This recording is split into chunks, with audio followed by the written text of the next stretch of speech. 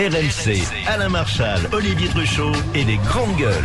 Allez GG, les grandes gueules avec Johnny Blanc, Karim Zeribi. Arthur est avec nous aujourd'hui. Il est dans la bande des GG, la bande des grandes gueules, mesdames et messieurs. Marine Le Pen, Université Dauphine. Elle voulait aller parler, la candidate à l'élection présidentielle pour le Front National. On l'en a empêché. Écoutez sa réaction. Où sommes-nous ? Sommes-nous, oui ou non, dans un pays libre et dans un pays démocratique ? C'est une vraie question que je pose ce soir, alors que je suis candidate à la présidentielle et que 20% des Français s'apprêtent à voter pour moi. Ai-je le droit, oui ou non, de rencontrer des étudiants qui m'invitent librement ? Et Marine Le Pen de dénoncer les milices de gauche qui l'ont empêché donc de participer à ce débat qui était programmé au sein de l'université Paris-Dauphine. Alors dans ces milices de gauche, elle met en cause le MJS, ce sont les jeunes socialistes, les étudiants juifs de France qui étaient là, l'UNEF, le syndicat étudiant classé à gauche, et le NPA, le parti d'Olivier Besancenot. Et SOS Racisme aussi. Et SOS Racisme. Elle demande donc aux autres responsables, et notamment aux responsables de gauche, de dénoncer donc ces milices de gauche, pour reprendre son expression, qui empêchent une candidate d'aller où elle veut. Est-ce que vous comprenez Marine Le Pen ou est-ce que vous comprenez aussi ces étudiants qui n'avaient pas envie de voir Marine Le Pen dans leur fac? Simplement ils ont occupé les lieux, pour empêcher que la réunion se tienne, et ils avaient mis des banderoles avec marqué FN égale F comme fasciste, N comme nazi. 32-16 RMC.fr pour agir. Moi je sais pas, mais déjà dire quand t'invites quelqu'un et que tu peux pas le laisser rentrer, je trouve ça un petit peu limite. Et quelque part qu'elle représente ce qu'on veut, qu'on adhère pas, on s'en fout. Mais dire ces jeunes-là, ils ont envie de quelle démocratie? C'est-à-dire que c'est eux qui décident ce que doit être la démocratie demain par rapport à leurs propres opinions. Tout ce qui est autour, on s'en fout complètement. Ben moi effectivement, ça m'inquiète sincèrement. Donc toutes ces associations, que ce soit l'UNEF ou les autres, si effectivement c'est comme ça qu'ils voient la démocratie dans notre pays, eh ben j'ai pas envie de la partager avec eux cette démocratie-là. Arthur. On est dans un État démocratique, donc tout le monde a le droit de s'exprimer. Ce sont pas des mineurs, ce sont des étudiants. À la limite, ils y vont pas. Mais elles se retrouvent toutes seules dans l'amphithéâtre. C'est la meilleure façon de répondre. Maintenant, où ils vont débattre. Où ils vont débattre justement, ils vont contrer son opinion. Moi, je soutiens pas Marine Le Pen, Qu'est-ce que tu aurais fait toi si tu avais été à Dauphine en apprenant si j'avais été à Dauphine, mes parents ils auraient été tellement contents. Si j'avais été à Dauphine, j'aurais fait tout ce qu'on m'aurait demandé de faire. Est-ce que tu aurais manifesté? Est-ce que tu serais allé au contraire discuter dans l'amphi, ou tu aurais boycotté, tu aurais quitté manifester, c'est un droit. Donc les étudiants ont toujours manifesté. Exprimer son opinion quand on est étudiant, c'est des mouvements étudiants que toutes les révolutions sont nées quasiment. Donc heureusement que les étudiants s'expriment. Mais moi la meilleure façon c'est de la boycotter. N'allez pas l'écouter. N'allez pas l'écouter. Mais ne l'empêchez pas de. Moi je suis pas d'accord parce que la politique de la chaise vide ça n'a jamais rien amené. Je vais dire justement si j'ai quelqu'un et que je suis pas d'accord, j'ai envie d'échanger. Et ça aurait été difficile à mon avis quand même. Il y aurait eu des cris. Karim. Je suis assez d'accord avec ce que dit Arthur, c'est le bon sens. Il est en train de dire que le FN est un parti qui est reconnu sur le plan démocratique, qui peut se présenter aux élections présidentielles. Je vois pas pourquoi tu accueillerais ou tu laisserais en tout cas rentrer de quelqu'un socialiste, UMP. Alors attendez, NPA, Modem, enfin on va pas. Oui, mais faut pas être dupe. Marine Le Pen, elle va aussi au contact des ennuis. Elle sait très bien que son déplacement, qui était annoncé depuis le début de la semaine à Paris-Dauphine, allait créer aussi des manifestations. Donc est-ce qu'il n'y a pas une petite manipulation? Elle s'attendait justement à ces réactions, puis derrière elle peut se poser en victime, en disant vous voyez, je suis victime, je peux pas parler. Ça veut dire que les étudiants quelque part sont tombés dans le piège. Ils sont tombés dans le piège. Vraiment un manque d'intelligence. Comme l'a dit Arthur, je veux dire, tu es pas frontiste. Moi personnellement, si j'avais été étudiant à Dauphine, à Levien, à la limite, tu poses une banderole, tu manifestes, c'est aussi ton droit, mais tu vas pas dans l'amphi. Mais il y avait un petit piège, le tendu à mon avis par le Front National. Qui est-ce qui l'a invité? Alors c'est d'étudiants de droite. Mais tu vois, j'ai Yann qui réagit. Yann qui m'écrit sur internet rmc.fr. Je suis désolé, moi je suis pour l'interdiction du Front National. Le Front National n'est pas un parti démocratique. Souvenez-vous, et c'est pas un parti démocratique, c'est un parti antisémite. Souvenez-vous des déclarations du père de Marine Le Pen. Ce n'est pas parce qu'aujourd'hui Marine Le Pen la joue profil bas et proche des petits commerçants qu'on doit la laisser parler. Le FN n'a pas sa place dans l'école et dans l'université de la République. Mais Yann sur internet rmc.fr. Yann qui nous écrit ça nous amène à un autre débat. Si on nous demande, moi personnellement, si on me demande est-ce qu'effectivement tu aurais été favorable après les dérapages de Le Pen à la suppression du Front National? Ma réponse est oui. Ben oui. Toi, t'aurais été pour la suppression du Front National. Après les dérapages de Le Pen, évidemment. Eh ben moi pas, parce que tu vois, dans tous les pays où on interdit un parti politique, leur moyen d'expression c'est quoi? C'est ce que je disais tout à l'heure, c'est la violence. Moi je préfère les voir assis devant un micro et déblatérer des conneries pendant 1 heure. Je m'en fous royalement, mais au moins je sors dans la rue peinard, quoi. Excuse-moi, l'antisémitisme et le racisme, c'est condamné. C'est condamné par la loi, l'antisémitisme. Donc dès qu'on enfreint la loi, on est hors la loi. D'accord? Donc si un parti est hors la loi, on est en mesure de pouvoir demander son interdiction. Une personne.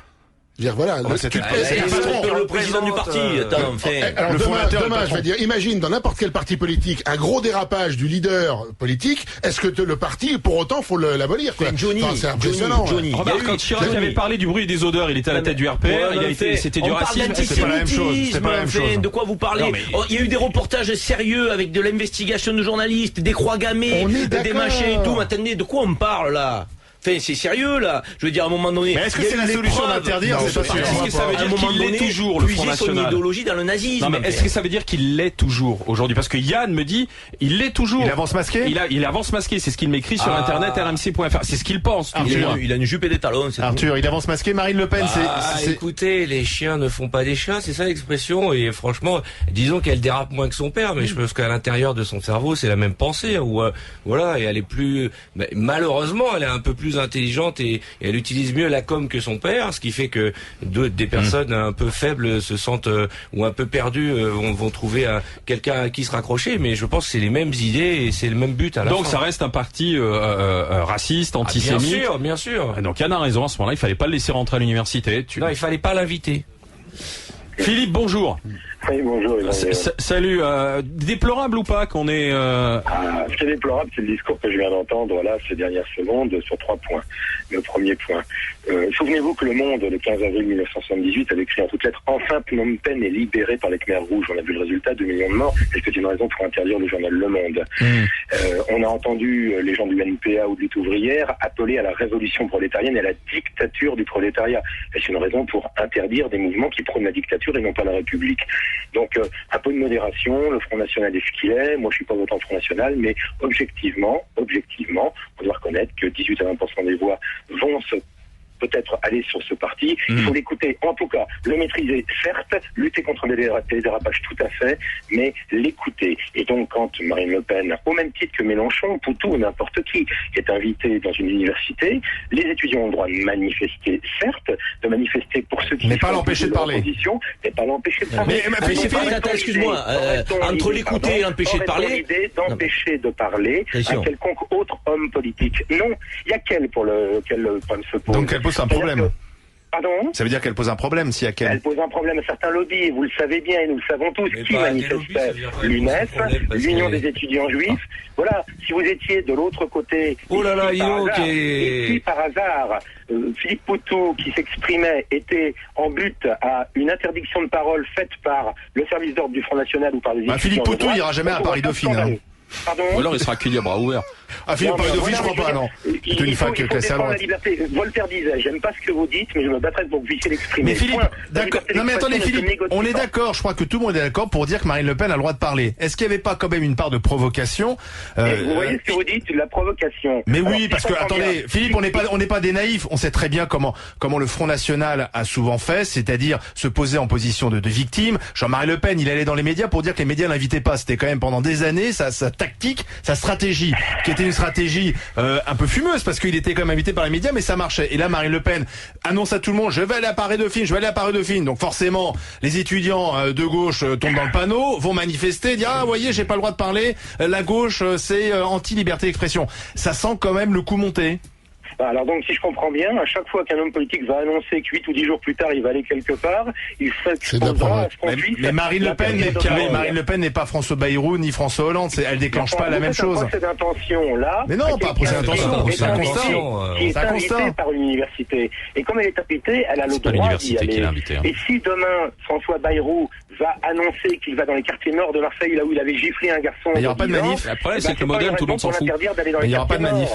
Karim. Mais il n'y aura pas de manip, justement. Eh bien, alors attendez, Philippe Karim. Non, il y a une partie des arguments que Philippe évoque qu'on peut entendre, mais il y en a une autre avec lesquels moi je suis pas d'accord. Quand il dit que presque qu'on est obligé de l'écouter, moi je suis pas obligé d'écouter Marine Le Pen si j'ai pas envie. Qu'on la laisse s'exprimer, c'est une chose. C'est ça ce qu'il dit. Non, il dit pas que t'es obligé de l'écouter, il dit que tu la laisses s'exprimer. Il a dit il faut l'écouter, mais il faut si on a envie. Ça veut dire quoi, il faut l'écouter? Mais enfin, arrêtez. Je veux dire, si on n'a pas envie effectivement de l'écouter, si on ne partage pas son position politique, voilà, mais c'est ce que je dis. Mais faisons la part des choses. Il a été dit, il faut l'écouter. Non, on n'est pas obligé de l'écouter, comme on n'est pas obligé d'écouter les étudiants. Premier point. Deuxième point. Quand tu parles obligé de voter pour elle, surtout. Je le rappelle, c'est très important. L'écouter, on s'en fout. Voter pour elle, c'est plus grave. Mais si tu commences à l'écouter, tu peux être tenté. Donc, ce que dit, pas toi, mais certains. Ce que dit Olivier sur la provocation et quand Philippe dit mais évidemment qu'il y a des stratégies de communication par la provocation. Quand elle va voir Nafissatou Diallo, quand elle tente d'aller la voir, elle envoie un message, enfin. Quand elle voit l'ambassadeur d'Israël, de l'ONU, qu'est-ce qu'elle veut? Elle veut envoyer un message. Ce sont des gages qu'elle veut donner. Elle fait la politique. Et en même temps, le Front National, depuis 30 ans, vit à travers des clashs. Merci Philippe d'avoir intervenu, d'avoir débattu avec les GG, avec les grandes gueules, 10h56. C'est marrant que ça parce que j'étais au Standard pendant la pause info, donc j'ai pris quelques auditeurs au téléphone et j'ai joué le standardiste. Donc le débat sur le Pen au 32-16, je vais vous dire, ça a fait sauter le Standard. Eh ben moi mon Twitter il a explosé et je me fais engueuler par les fudges. Alors ça c'est le monde à l'envers. Ils me disent mais ferme ta gueule, ils me disent pourquoi tu dis ça? Mais je me fais engueuler. Alors mon Twitter, c'est bien parce que je l'utilise jamais, je jette un coup d'œil là ça explose. Les gens pensent qu'interdire Le Pen, et c'est un peu ce qu'on disait, ils ont raison, donc lui donne des voix quelque part. Bien sûr. Alors, en tout cas, c'est un vrai débat. Pas évident enfin, c'est quand même un parti raciste et antisémite, il faut pas se mentir. Eh bien, sauf que tant qu'on banalisera pas ce parti, il montera. Alors que si on le banalise, ça s'étouffera. Si tu débats pas avec lui. Ouais. Oui. Mais tiens, c'est la question qu'on posera tout à l'heure.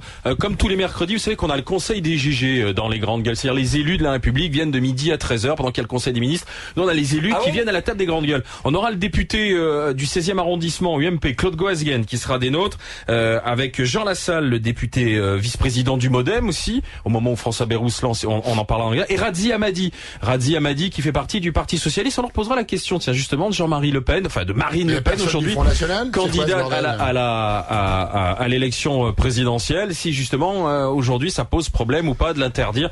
On en parlera sur RMC dans les GG. Un petit extrait du spectacle d'Arthur.